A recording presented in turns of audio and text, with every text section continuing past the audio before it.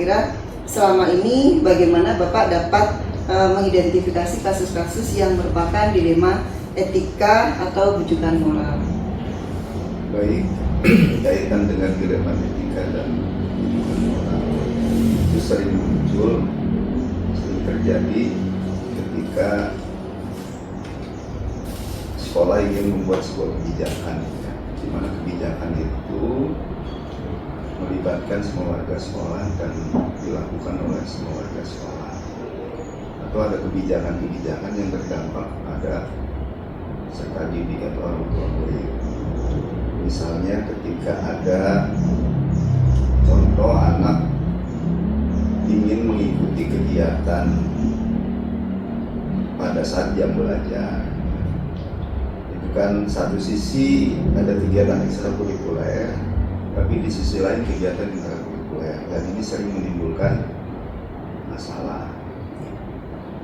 Nah, pilihan-pilihan itu tentu dipertimbangkan dari berbagai aspek, ya. Belajar itu wajib, tapi kegiatan yang sesuai dengan passion anak, sesuai dengan bakat minat anak juga perlu dipertimbangkan. Jadi seperti itu, sehingga pilihannya itu saja, ya, kaitan dengan tentu susah. Tentu saya harus bertanya ke berbagai pihak, misalnya ke wali kelasnya, ke para wakil, bahkan minta informasi ke anaknya sendiri kaitan dengan izin dari orang tua. Itu contoh yang kecil gitu, ya.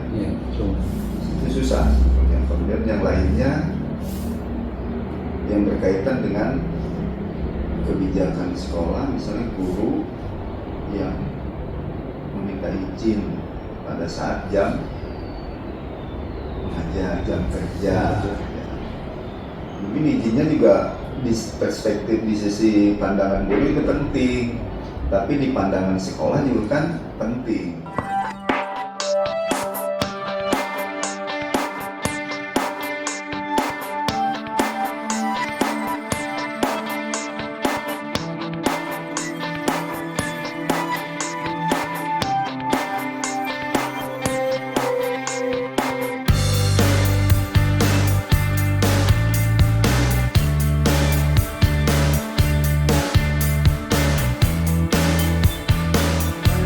Selanjutnya, kira-kira Bapak, bagaimana Bapak menjalankan pengambilan keputusan di sekolah, terutama kasus-kasus di mana ada dua kepentingan yang sama-sama benar atau dua kepentingan yang sama-sama mempunyai nilai kebajikan yang baik?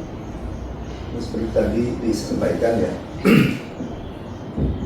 kalau standarnya mengambil keputusan hitam putih, besar kecil, baik buruk itu kan gampang. Misal kecil dari manfaatnya, ya, baik buruk dari dampaknya. Kalau ini semuanya baik, apa yang harus saya lakukan? Sebagai seorang pemimpin, intinya kan mengambil keputusan. Ketika keputusan itu harus diambil, tentu harus berdasarkan pertimbangan-pertimbangan. Terpenting pertimbangan rasional, tidak pertimbangan emosional. Rasional dengan mempertimbangkan berbagai macam dampak atau sudut pandang. Dari sisi pelaksana atau penerima kebijakan, itu juga perlu dipertimbangkan. Tapi ya itulah memang harus diputuskan. Ketika sudah diputuskan, dampak besar kan ke si penerima, delegasi, penerima tugas atau penerima dari yang terdampak dari kebijakan itu, dan penanggung jawabnya tentu, ya, yang menetapkan, memutuskan kebijakan. Gimana caranya saya mensikapi itu, ya? Tadi berdialog, ya, dengan berbagai pihak di sekolah ini. Tentu kontemplasi, ya, memikirkan dari, mempertimbangkan, ya, dari berbagai sudut, seperti empati. Seandainya saya kebijakan ini saya terapkan, seandainya saya di posisi dia, perasaannya seperti apa? Tapi ketika kebijakan itu harus diputuskan sebagai pimpinan ya tokoh dan siap mengambil tanggung jawab. Intinya kan mengambil keputusan dan bertanggung jawab, itu aja sih.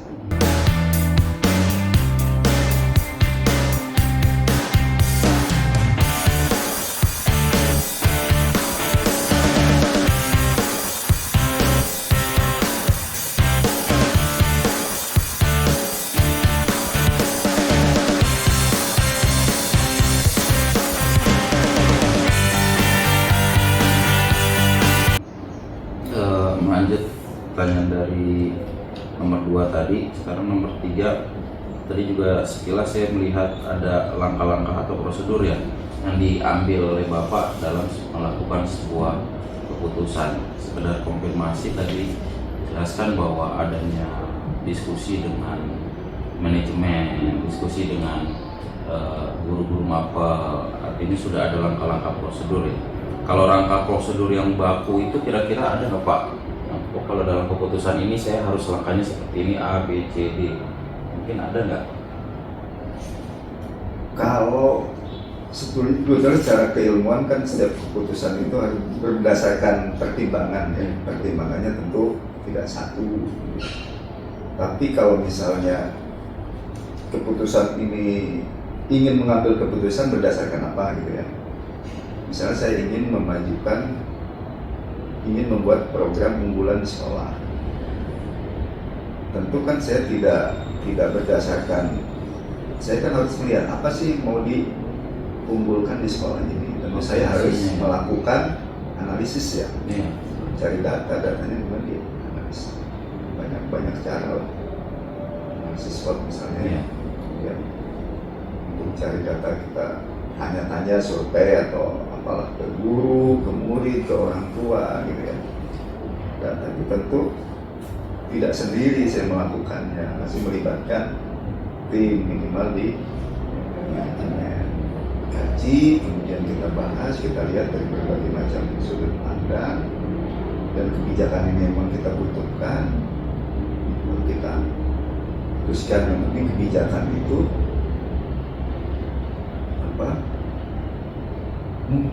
mungkin dilakukan dan mungkin dicapai gitu ya. Bukan kebijakan yang kapan selesai, dampaknya kita nggak timbangkan gitu ya. Waktu pelaksanaannya juga kita nggak putuskan, tentu dari berbagai tahapan-tahapan yang kita lakukan. Kalau kaitan dengan kebijakan yang sifatnya terstruktur kali ya, kebijakan yang kaitan dengan program kegiatan di sekolah. Tapi kalau kebijakan yang insidental, yang sifatnya mendadak, gitu ya, seperti tadi keputusan memberikan izin, ya, keputusan melakukan kegiatan, misalnya kegiatannya di jam efektif, melibatkan semua guru, melibatkan semua. Pasti guru kan suka mau ulangan, mau apa di sekolah. Nah itu juga tentu harus dipertimbangkan juga. Tapi prinsipnya sih ketika memang harus dilakukan. Tapi itu ada tahapan yang baru seperti itu. Pertimbangan tertentu ya yang diberikan. Terus untuk selanjutnya dari pengalaman Bapak nih Pak, dalam mengambil sebuah keputusan tentu dirasa dampaknya mungkin ada yang efektif, sangat efektif, atau kurang mungkin. Nah, dalam hal apa melihat kebijakan itu dirasa oleh Bapak itu efektif? Iya, kebijakan tentu dari hasil ya, outputnya, output dari kebijakan itu sendiri ya. Misalnya kebijakan kaitan dengan peningkatan mutu hasil belajar, tentu kan ada peningkatan mutu sarana prasarana, peningkatan mutu sumber daya manusia kan. Kemudian dilihat, tentu saya melakukan monitoring dan evaluasi, ada refleksi. Nah, Monet ini kan berjalan bukan di belakang, tapi mengiringi dengan perjalanan programnya. Nah, tentu dari Monet yang time-nya yang pendek, yang kemana aja nggak panjang tentu bisa dilihat kira-kira efektif enggak kegiatan itu. Sampai pembeli ya, ini efektif enggak, sampai ada peningkatan hasil belajar. Saya lihat dari berbagai kan, dari gurunya, dari prosesnya, dari outputnya, nilai seperti itu. Diukur dari itu aja.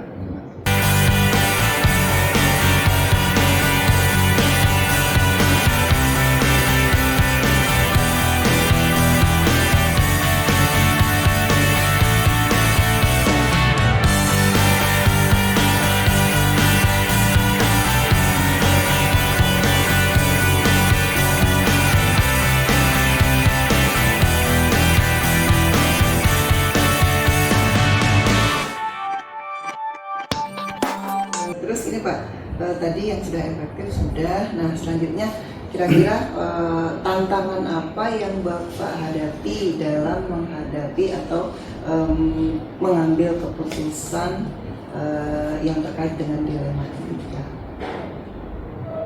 Yang dihadapi kaitan dengan dilema itu tentu keyakinan, nilai-nilai yang kita anut ya, dan juga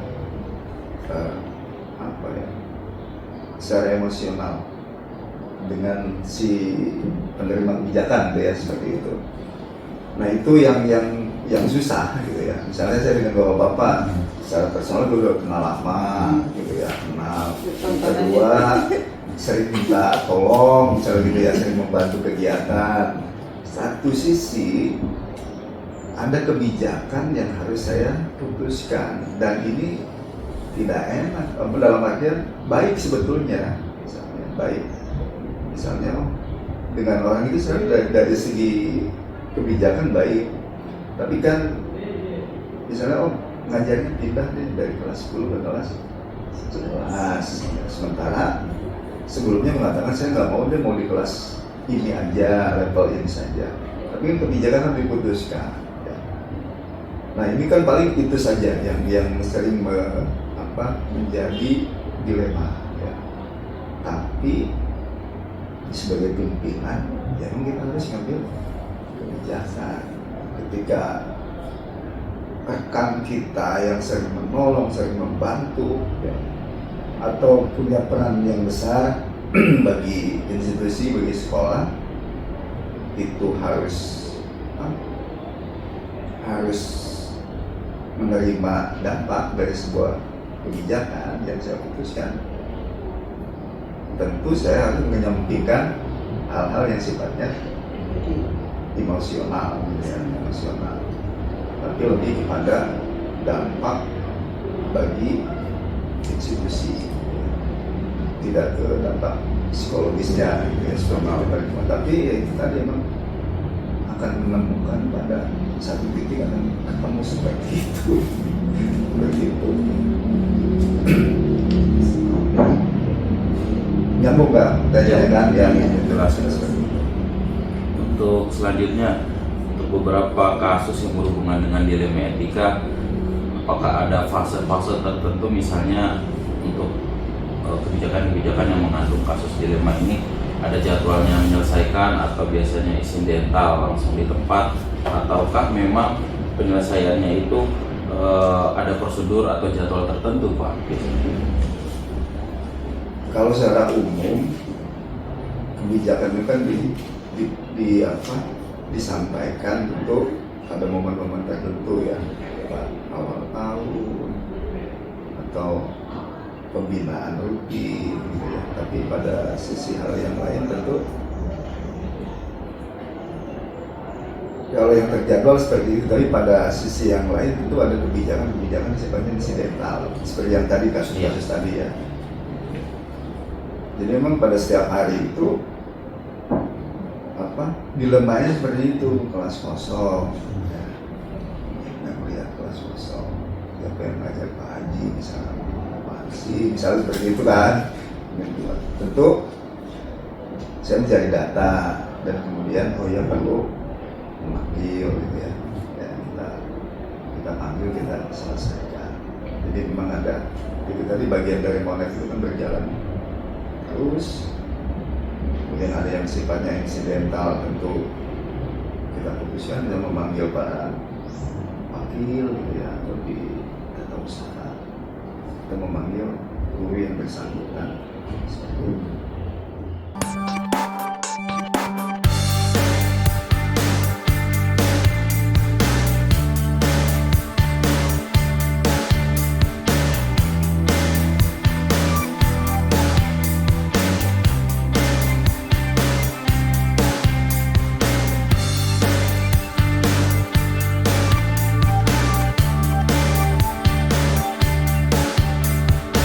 Terus selanjutnya Pak, mungkin dalam pengambilan keputusan atau pengujian keputusan itu apakah ada seseorang atau faktor yang mempermudah Bapak dalam melakukan pengambilan keputusan tersebut?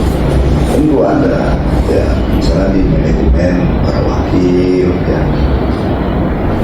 Salah satunya itu ya, kalau yang pekat itu kan yang sering di sekolah itu kan ya, yang untuk pengambilan keputusan berkaitan dengan program sekolah itu para wakil yang membantu untuk mengambil sebuah keputusan seperti untuk level yang lebih luas untuk para guru gitu ya, kita ada diskusi dan dan ini mungkin sebagai penutup Pak dalam diskusi kita, dari beberapa hal yang sudah disampaikan, mungkin Bapak bisa sharing apa pembelajaran yang bisa diambil nih dari kami sebagai CGP, seperti pengalamannya itu kira-kira apa dalam mengambil sebuah keputusan pada kasus dilema IPK ini Pak? Yang paling penting itu pertama tentu pengetahuan yang berkaitan dengan masalah yang akan kita putuskan secara keilmuan. Yang kedua, pengelolaan pengendalian emosi gitu ya. Emosi ini di sini kan bukan lebih ke arah gitu ya, banyak hal ya, empati tadi kan, kemudian untuk keputusan yang kebijakan itu harus mudah dipahami gitu kan. Keterampilan itu harus kita miliki gitu ya, membuat kebijakan yang mudah dipahami oleh semuanya. Kemudian tanggung jawab, ketika inti dari kepemimpinan itu kan tanggung jawab guru sebagai pemimpin pembelajaran kelas bertanggung jawab kan, dia kan ngambil keputusan tuh dalam belajar itu kan, tercapai atau belum gitu kan, tujuan belajarnya, metodenya tepat atau tidak, itu kan keputusan ya. Ketika dia memutuskan menceramah aja, dia pertimbangkan dulu bahwa di sana ada gaya belajar yang daya tangkapnya kurang gitu ya. Nah, itu kan mengambil keputusan. Nah itu yang bisa dilakukan kalau keterampilan pengelolaan dirinya bagus, pengelolaan diri. Kalau dia punya pengetahuannya, belajarnya terus gitu, karena ilmu kan terus berkembang. Nah jadi itu yang harus kita miliki. Kemudian banyak hal spiritual dekat kita sebagai orang agama itu kan harus itu jadi landasan juga ya, emosional kita, keterampilan komunikasi kita, dan itu harus terus ditingkatkan. Susah, nggak bisa dalam waktu pendek dan sambil berjalan. Itu mungkin yang perlu Bapak dan Ibu lakukan, sehingga nanti pada saatnya intinya tadi kan ketika harus mengambil kebijakan yang dua-duanya baik, Bapak Ibu sudah memutuskan dengan baik. Itu aja kan, dua-duanya baik, cuma dia terbaik. Seperti itu, dan itu nggak bisa. Pokoknya udah yang penting ada berbagai macam pertimbangan termasuk kematangan. Ya. Oke. Terima kasih Bapak atas waktunya. Mudah-mudahan ini bisa menjadikan pengalaman bagi kami. Kami bisa belajar dari pengalaman yang sudah pernah lakukan. Terima kasih. Assalamualaikum warahmatullahi wabarakatuh. Waalaikumsalam.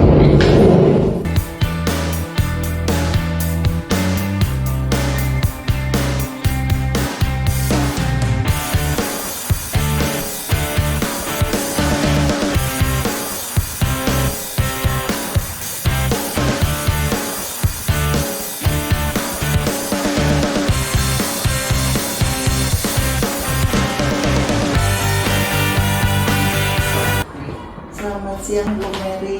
yang juga Maaf mengganggu waktunya Bu. Ini Bu, tujuan saya kesini terkait dengan tugas saya sebagai guru penggerak.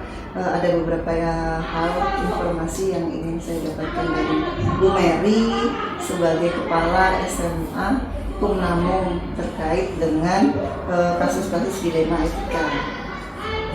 Oke, begini Bu, yang pertama bagaimana Ibu mengidentifikasi kasus-kasus yang termasuk dilema etika tersebut?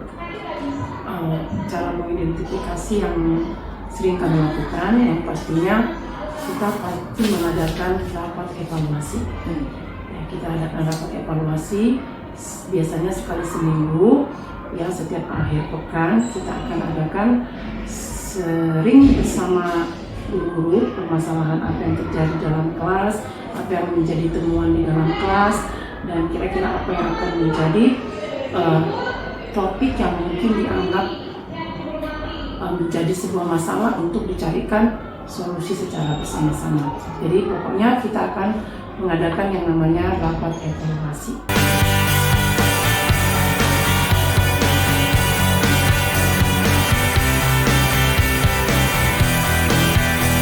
Bagaimana Ibu menjalankan pengambilan keputusan itu terhadap kasus-kasus yang dilema etika itu, yang ketika ada dua hal atau lebih yang sama-sama mempunyai kebaikan, tetapi Ibu harus memilih salah satunya? Yang pastinya saya sendiri tidak akan memutuskan saya sendiri. Pasti harus melalui keputusan bersama. Mana yang dianggap cenderung lebih cocok dan lebih bermanfaat, kita kasih pertimbangan, itu akan kita putuskan. Kita akan pilih. Jadi karena ini cocok, ini cocok, tapi mana yang lebih cenderung dan lebih umum, itu akan kita pilih. Oke, jadi langkahnya Ibu akan mengadakan rapat atau berkoordinasi terlebih dahulu ya Bu? Ya, dengan semua guru.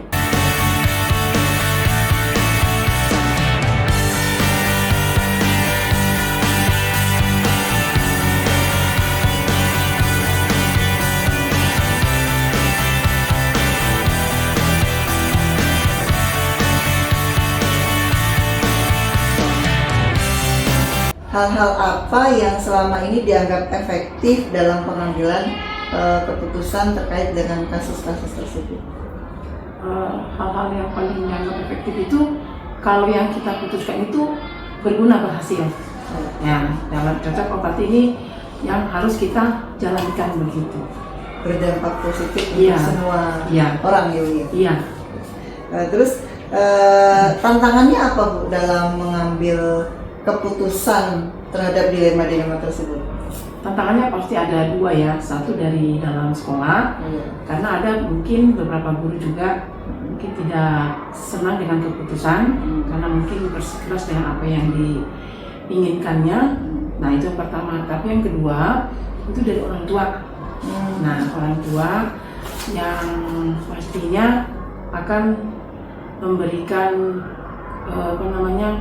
kritikan kepada sekolah kalau ada keputusan yang diberikan oleh sekolah itu kurang berkenan kepada orang tua.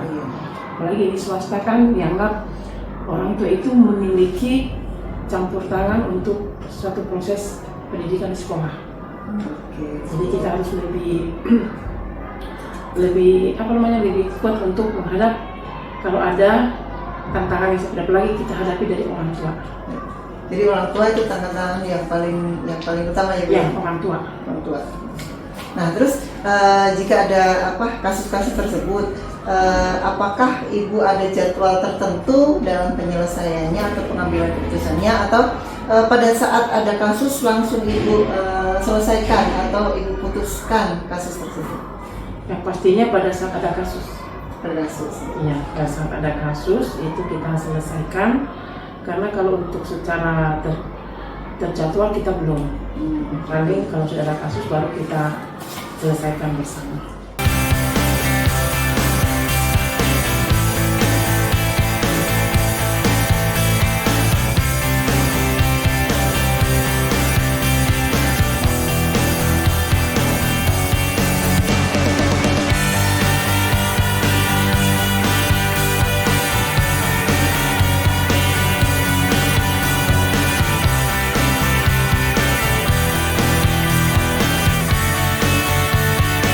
Kira-kira ada nggak Bu faktor lain atau misalnya seseorang atau faktor-faktor yang membantu Ibu dalam pengambilan keputusan yang terkait dengan dilema etika? Pastinya ada. Yayasan itu mendukung kita. Oh iya, sama Iya, yayasan mendukung.